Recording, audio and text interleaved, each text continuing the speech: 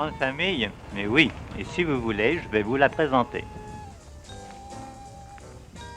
D'accord, monsieur Souchet, nous allons faire connaissance avec votre famille, celle du Centre des jeunes mineurs que vous dirigez à Condé-sur-Lescaut.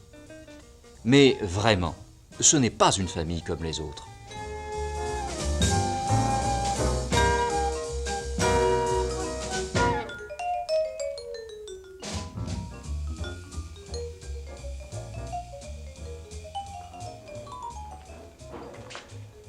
« 80 jeunes gens de 15 à 22 ans vivent actuellement au foyer de Condé-sur-Escaut. Ces jeunes gens sont originaires des groupes de Bruay ou d'Auchel. Mais nous en avons également quelques-uns qui viennent des régions limitrophes. Nous en avons qui viennent de Berck, d'autres d'Abbeville, certains de Frévent, et nous en avons également qui viennent de Cambrai. Tous nos jeunes gens travaillent dans les fosses voisines, soit la fosse La Valleresse, soit la fosse Le Doubs.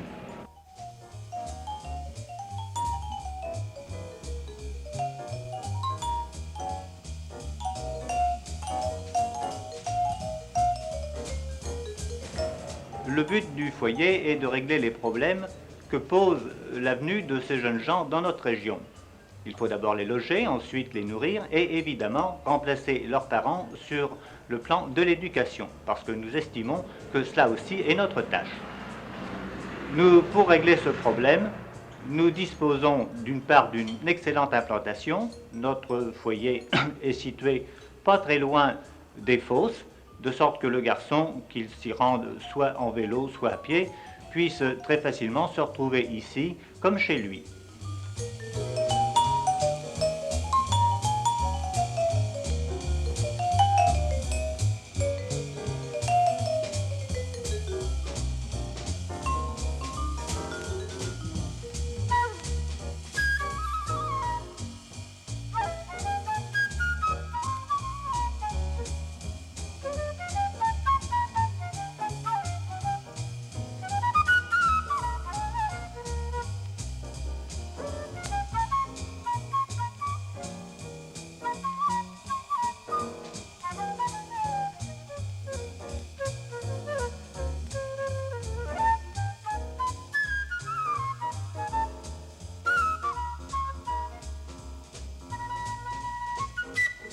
Nous avons également, pour régler tous les problèmes qui se trouvaient posés, essayé de maintenir dans cette maison une ambiance à la fois familiale, qui remplace l'ambiance qu'il a pu quitter dans sa région, et nous avons essayé également de donner aux garçons qui est ici le maximum de liberté.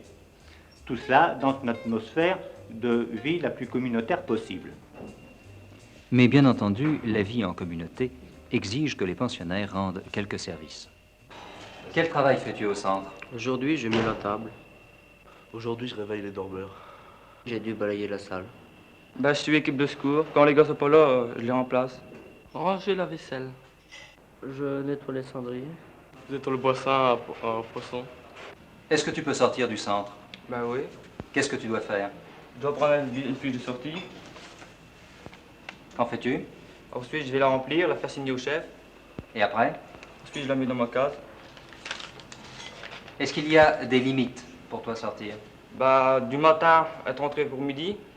Et l'après-midi, être rentré pour 7h30.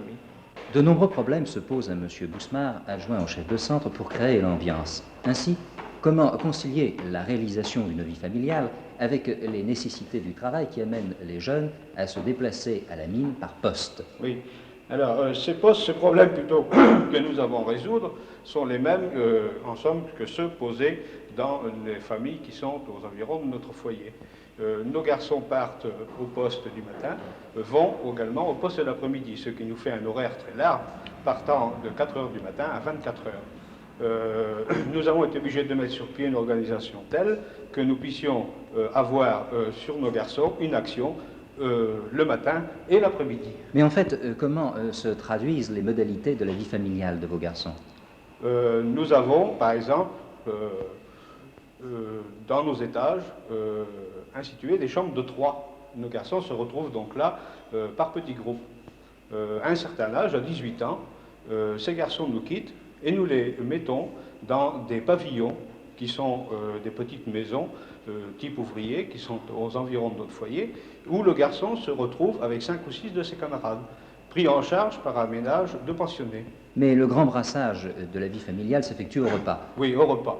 Alors là, c'est un terrible problème qui s'est posé pour nous, à savoir comment allons-nous pouvoir arriver à avoir séparément chaque garçon à notre table et ne pas toujours avoir les mêmes, voyez-vous.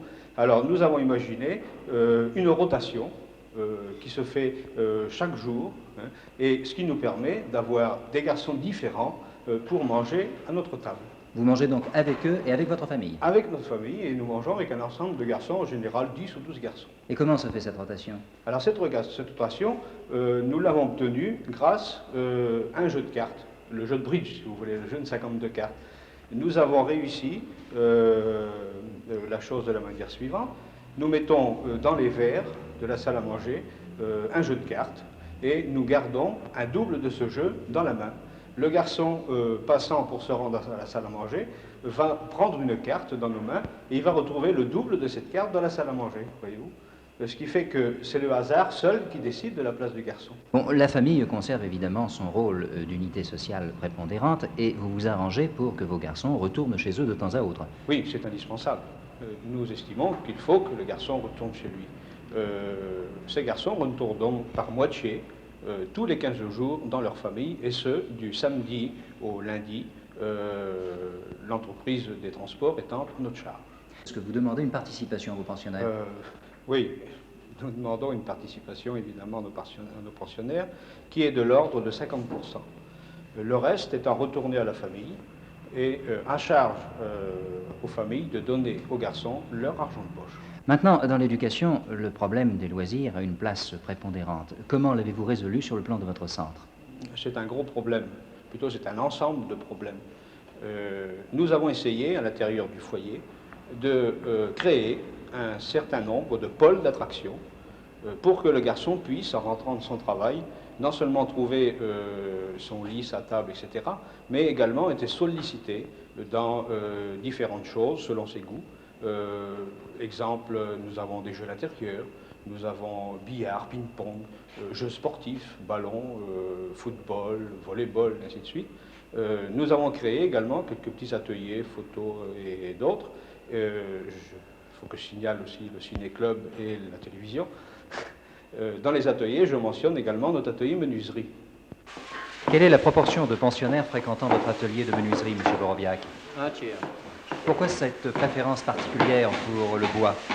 Parce que le bois se travaille assez facilement et permet de faire des objets d'une certaine valeur que les garçons peuvent emporter chez eux. Vous leur laissez donc la propriété des objets qu'ils fabriquent? Bien sûr, il fait la matière première. Et quel est à peu près le prix que vous réclamez pour les objets les plus usuellement fabriqués dans votre atelier? Il y a le tabouret qui revient à 9 francs, la chaise à 23 francs. 23 nouveaux francs. Hein. 23 nouveaux francs, c'est bien ça. Une table, 50 nouveaux francs. Un bahut de salle de séjour qui revient environ à 200 nouveaux francs. Et je vois que vous fabriquez également des canoës. Quel est le prix de revient? 80 nouveaux francs. Et pourquoi fabriquez-vous ces instruments et ces bateaux qui iront ensuite sur l'eau? Ces canoës, voyez-vous, ils nous servent pour la descente, ils nous servent pour nos camps de vacances, pour la descente des rivières comme l'Assoumois, l'Aveyron. Et surtout, nous avons un plan d'eau ici à quelques centaines de mètres. Alors le samedi et le dimanche, quand il fait beau, les garçons en profitent. Et bien entendu, ils en profitent, canotant tout près des terris dans un cadre de verdure bien inattendu. La vie reste donc agréable au centre, et si vous êtes personnellement intéressé, vous pouvez nous consulter. Nous vous renseignerons plus en détail, heureux d'apporter notre contribution à l'avenir d'une belle et sympathique famille, celle du Centre des jeunes mineurs à Condé-sur-l'Escaut.